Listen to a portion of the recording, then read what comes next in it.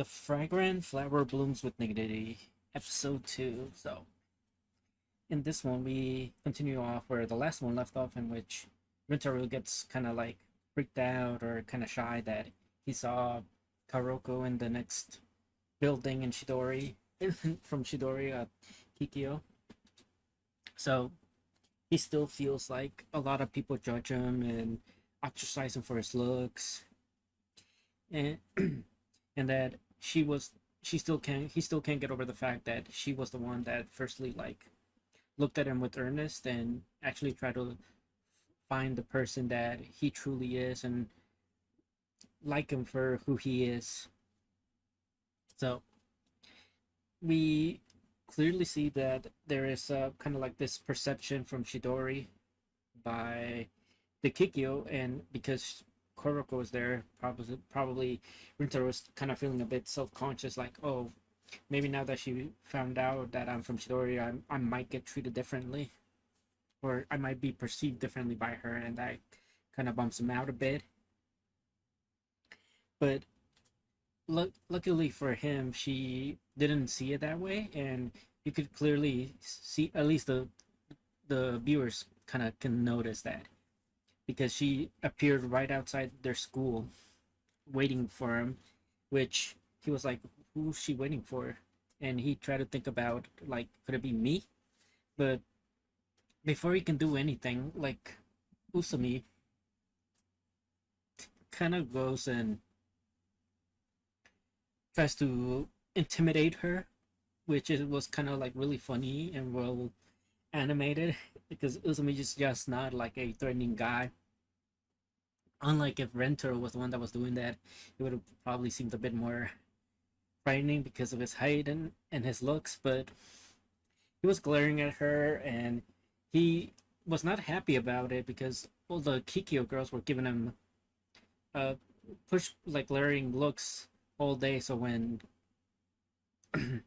Karoko just appeared there, he was kind of like, oh, well, now I'm getting my payback. And luckily, Rintaro kind of showed up and grabbed him and is like sorry for him. And she, Karoko was kind of like, yeah, thank you. And then the other Kikyo girls kind of showed up and it's like, kind of took her away, because there's this conception that if they hang around the Shidori kids, their grades are gonna drop, and that they're gonna develop their stupidity. And even though it's not fair, that's just how that school has operated for some time, and we don't really know why that's the same, but that's just how they're raised and programmed there. And we have the boys just kind of heading on to karaoke because Rintaro has a day off for once, and they see that he has this like weird look on his face, and it's probably because he started realizing, like, oh, what if she really was waiting there for me? And that made him happy, but he didn't know how to express that so well, because his entire life he's never really had anybody bring out that happiness. He never really had somebody look at him in earnest and do nice things for him. He's always been the one that is looked down upon, and the one that people just judge him based on his looks. But now it's kind of, I like that his little friend group is kind of like seeing different sides of him, and they notice he's banged up a bit from colliding in the wall when he was trying to protect Koroko, but they didn't really try to pry too much into it. They just kind of asked, like, listen, if you ever need anything, we are here for you. Just, just like you listen to us, we'll listen to you if you ever need it. And Rintaro was hesitating a bit, because he did want to tell the guys this, but he also wanted to keep the fact that he's seeing Karoko kind of like away from them, because he doesn't want to be judged uh, by them. He thinks that if they found out he knew a girl from Kyoko, they might treat him differently, or they might see him differently, and he just kind of like, he himself built up walls to protect himself falling out or from other persecutions, and he just told him, "Nah, it's fine." And the others just kind of like are like, "Okay, no worries." So I do love that his friend group doesn't necessarily push him to tell him everything. They kind of want him to open up because they do know that something's happening with him, but they know that if it that he will eventually open up to them, and when he does, he'll need them to be supportive, and that's what they're waiting for. They're waiting for Rintaro to see that they are there to support him, and we we have them going back, and Rintaro goes home and finds out that Karoko is there just waiting.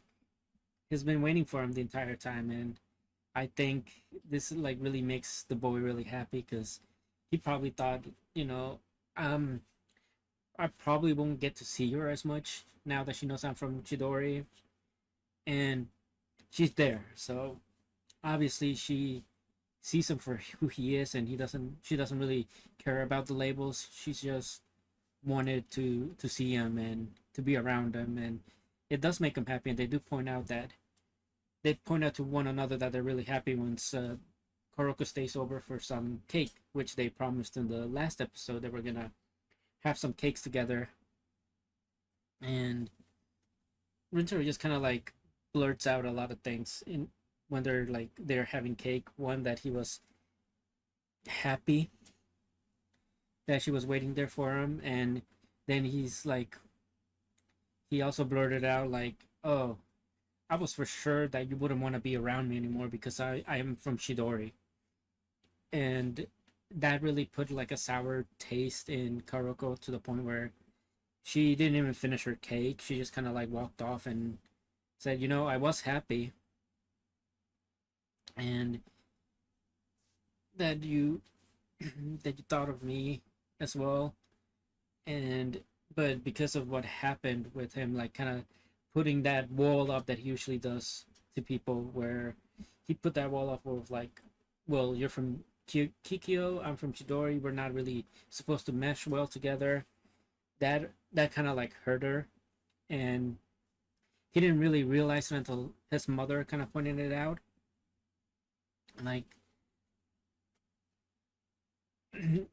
he her mother kind of pointed out, like, she never saw you in that way, and what you're doing to her is the same thing that people are doing to you, which is true. That's what Rintaro has been doing to other people, even the people that he's supposed to be close with. He puts up a wall. He judges based on how he perceives they will perceive him, and that will usually tend to hurt a lot of people, because some people really are vulnerable with them, really open up to him, and the only thing he does is he puts walls to protect himself from ever getting hurt again. And he realized that what he did was wrong, and he decides to go out and apologize to her the next day. So just like she waited for him at school, he also waited for her to arrive at school. And it was early on in the morning, and he really just goes out and apologizes to her. He's like, "Listen, I'm sorry that what I said kind of hurt you, and I didn't want to make you have that sad look on your face." Which then Karoko's so sweet. She was like, "Oh, I am so sorry. I shouldn't have walked off like that. It just made you want to worry about me, and that's the last thing I wanted to do." Where she once again reminds him, like, you are too kind of a person. And this is really what Rintaro needed, because she sees his kindness. She sees that he's always worrying about others, even despite the fact that he always thinks that people perceive him as this delinquent, as this bad person. Here is one person that actually sees the true him.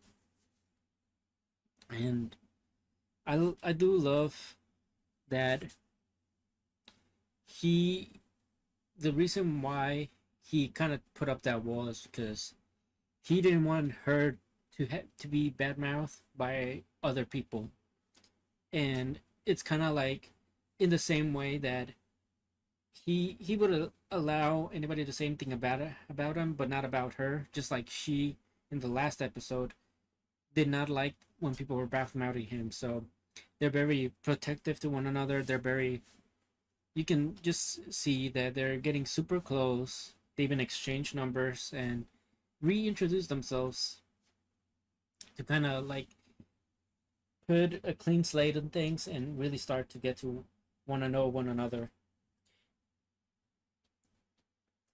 because they both say that they want to learn more about the other. So I think that was like so cute, so like heartwarming. It's just so beautiful to see like actual human connection growing, actual human conversations happening. Like these, this is just the way you would expect people to that are like starting to like one another to start talking to one another and to really start seeing like change in one another, and kind of like not forced but like be a catalyst for another to change. So I think what was really beautiful, I think, towards the end as well, was that the episode started off with Rintaro kind of saying that they're like worlds apart, like worlds apart, because she's from Kikyo and he's from Shidori, and you saw like an image of him and her like just being so far away, and then at the end of the episode it's like, well, we are not so far away anymore. It feels like less apart than they were, and that was all because Rintaro actually put up put down his walls a little to open up to Karuko and really tell her that he also wants to be around her and wants to learn more about her. And I I just love the shot of her jumping for joy in the classroom, and he's there just kind of noticing, and slowly but surely, like as she's happy, she's you can slowly see how Rintaro is starting to turn his frowns into a smile, and that's just so beautiful. And I love this animated adaptation. This episode is a 10 out of 10.